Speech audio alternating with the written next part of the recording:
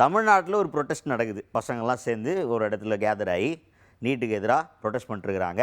டெல்லியில் நடக்கிற ப்ரொட்டஸ்ட்டுக்கும் இங்கே நடக்கிற ப்ரொட்டஸ்ட்டுக்கும் ஒரு டிஃப்ரென்ஸ் இருக்குது. சிபிஜே பண்ணுறது நீட் எக்ஸாமை சீரமைக்கணும், அதில் இருக்கிற லூப் ஹோல் பிரச்சனைகள் எல்லாத்தையுமே சரி பண்ணணும் அப்படின்னு சொல்லிட்டு. நம்ம ஊரில் நடக்கிறது எனக்கு சீரெல்லாம் அமைக்க வேணாம், நீ நீட்டே தூக்கிட்டு ஓடி போயிடு அப்படின்ற மாதிரி அடுத்த கட்டத்துக்கு நகர ஆரம்பிச்சிருச்சு இந்த போராட்டம். அதை நம்ம பார்க்குறோம். இப்போ டெல்லியில் நடந்த போராட்டத்திற்கு ஒரு வெற்றி கிடச்சிருச்சு, பகுதி வெற்றி.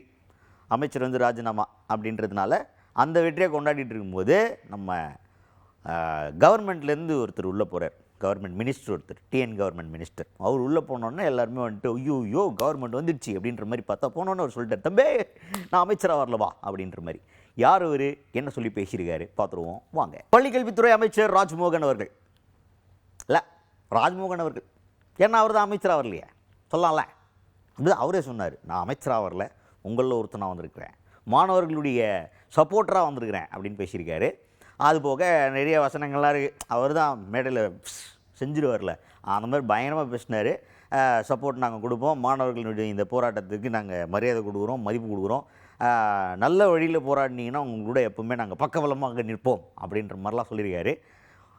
அவங்க வந்து ரகசியமாக வச்சுன்னுக்கிற ரிக்வெஸ்ட் என்ன அப்படின்னு பார்த்தீங்கன்னா, சார் ஒன்றும் இல்லை, போராட்டம் நடத்துறதுக்கு இடம் சின்னதாகுது, இந்த இடம்லாம் பத்தலை, மெரினா பீச்சு ஓப்பன் பண்ணி விட்டிங்கன்னு வச்சுக்கோங்க, போலீஸ் பந்தோபஸ்தோடு ஒரு போராட்டம் பண்ணோன்னா வேற மாதிரி அப்படின்ற கோரிக்கைகள்லாம் வச்சுன்னுக்கிறாங்க.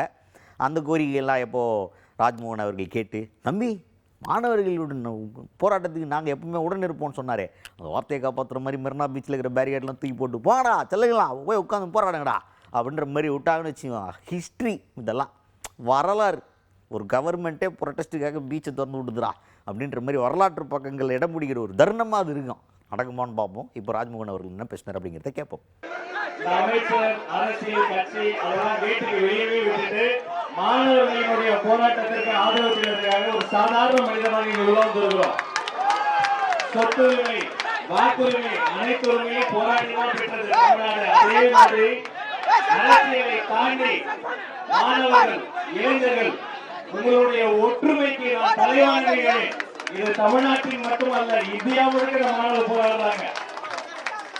இந்த நீட் ஒழிப்பு, நிரந்தர தீர்வு, அதை சட்டப்பூர்வமாக மாற்றி கல்வியை மாநில பட்டியலுக்கு கொண்டு வருவதற்காக போராடுற அனிதாவின் அண்ணன்கள் அத்தனை பேருக்கும் ஆதரவாக கட்சி வேண்டுமாறு என்று நாங்கள் நிற்கிறோம்.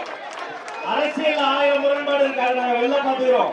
ஆனா மாணவர் பிரச்சனை வந்தா திமுக, அதிமுக, மதிமுக, தாவேகவும் மாணவர்களுக்காக ஒன்றாக நிற்போம், ஒற்றுமையோடு நிற்போம், உங்களுக்காக நிற்போம். அதே போல தமிழ்நாடு முழுக்க ஜனநாயக பூர்வமாக அமைதியான முறையில் போராடக்கூடிய மாணவர்களுக்கு காவல்துறை எந்த அச்சுறுத்தலும் தரக்கூடாது என்பதையும் இந்த நேரத்தில் உங்கள் சார்பாகவே நான் சொல்லிக்கொண்டு, உங்கள் ஒற்றுமை வளரட்டும், உங்கள் போராட்டம் தொடரட்டும். யாருக்குமே செவி சாய்க்காத டெல்லியவே நீங்கள் செவி சாய்க்க வைத்திருக்கிறீர்கள். உங்களை தலைவணங்குகிறேன். எந்த திசை திருப்பலுக்கும் இடம் கொடுக்காமல், எங்களுடைய அவங்களுடைய யாருடைய போராட்டம் கிடையாது. தம்பிகளா தங்கைகளா, இது உங்களின் போராட்டம். உங்கள் போராட்டம் ஓங்கட்டும். உங்கள் அத்தனை பேருக்கும் புரட்சிகர வாழ்த்துக்கள். நன்றி. ஜெய்பீம்.